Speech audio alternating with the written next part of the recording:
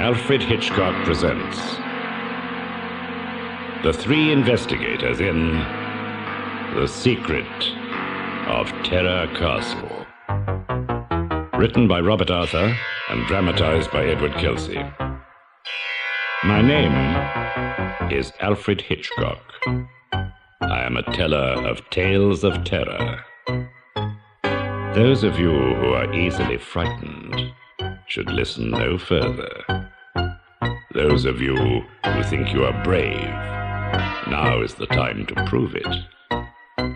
The story you are about to hear happened in the 1960s, before any of you were born.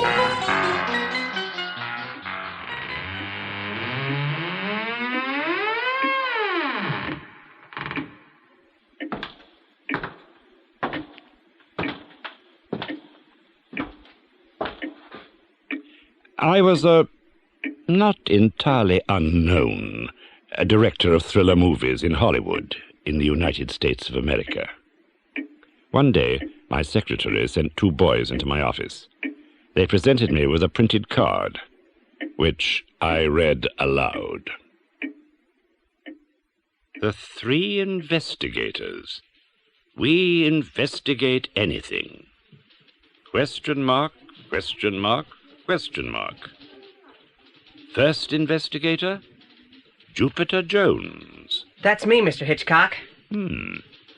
Second investigator, Peter Crenshaw. That's me. Records and research, Bob Andrews. Bob is not with us because he's doing research at the moment.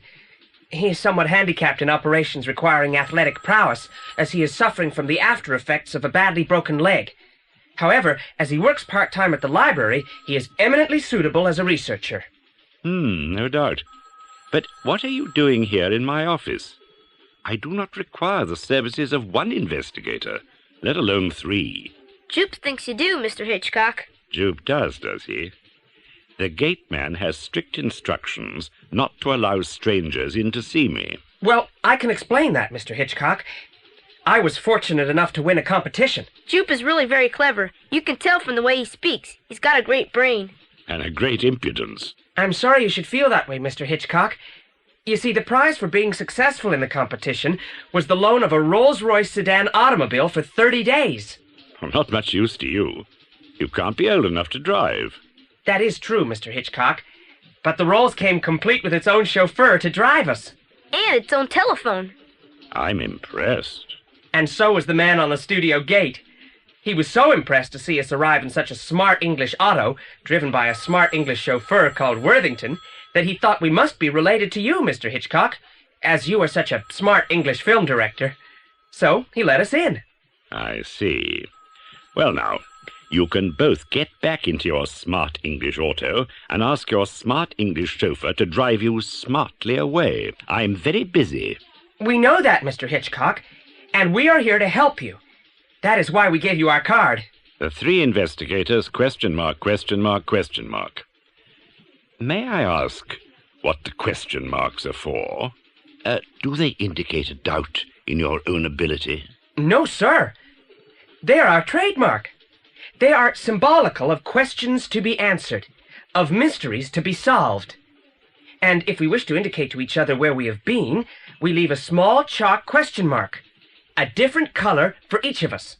Most original. And the question marks on the card make people ask questions, like you did, sir, and that helps them remember us.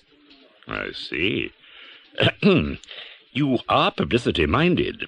A business cannot succeed if people don't know about it. A statement which cannot be disputed. But speaking of business, you have not yet stated yours. We want to find a haunted house for you, sir. A haunted house? What makes you think I want a haunted house? We understand you want to find an authentic haunted house to use in your next suspense picture, sir. The Three Investigators desire to assist you in the search. I have people searching for a proper house at this moment all over America. I'm sure they'll find me the right house for my purposes. But if we could find you the right house here in California, it would be a lot simpler to make your picture here, sir. I'm sorry, my lad. It's out of the question. We don't want any money, sir. But all famous detectives have someone write up their cases for people to read.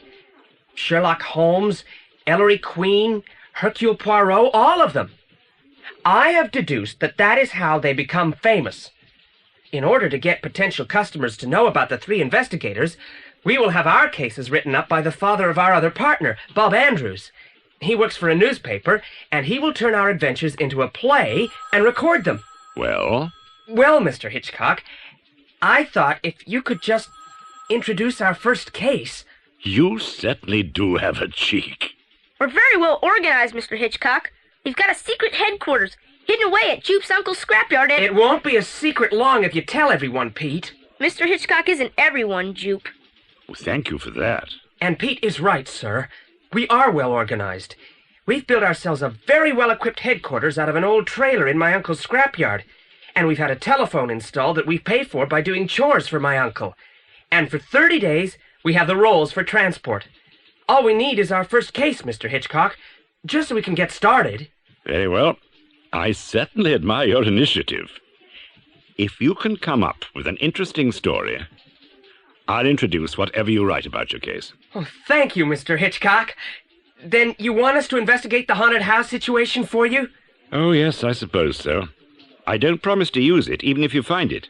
But investigate by all means. You won't regret it, Mr. Hitchcock. Bob Andrews is researching at this very moment. By the time we get back to our headquarters, he'll be ready to give us his first report on Terror Castle.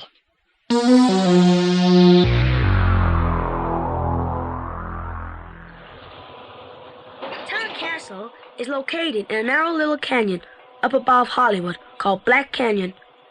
It was originally called Terrell's Castle because it was built by a movie star named Stephen Terrell. He was a big star back in the silent film days before talking pictures were invented.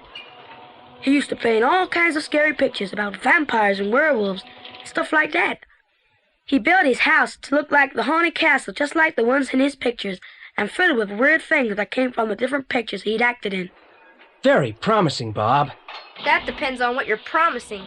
What became of this Stephen Terrell? He was known all over the world as the man with a million faces. Then talking pictures were invented, and people discovered he had a squeaky high-pitched voice and lisped. Great, a monster who lisps and a squeaky voice. They must have laughed themselves right out of their seats. That's just what they did, and Stephen Terrell had to stop making pictures. He sent away his servants, even sent away his best friend, his business manager, Mr. Jonathan Rex. He shut himself up in his castle and brooded. People began to forget about him. Then one day a wrecked car was discovered. It had run off the road and crashed down over the cliffs, almost into the ocean. What did that have to do with Stephen Terrell? The police traced the license number and learned that the car belonged to Terrell. They didn't find his body, but that wasn't surprising. It would have washed away at high tide. Gee, do you think he drove off the cliff on purpose? Police weren't sure. But when they went to the castle, the door was wide open and they found a note which said, "I copied it out. Here it is. Though the world will never see me alive again, my spirit will never leave this place. The castle will be forever accursed," and it was signed Stephen Terrell. Wow, the more I hear about this place, the less I like it. On the contrary, it grows steadily more promising. Continue, Bob. Well, the police never found any trace of Terrell, but it turned out that he owed the bank a lot of money, so they sent some men out to collect Stephen Terrell's possessions. But they became very nervous, although they couldn't say why, and wouldn't stay. One real estate agent went there to spend the night, just to prove it was all imagination. He ran out at midnight, so frightened, he ran all the way down the canyon. Gee. Go on. This is better than I hoped for.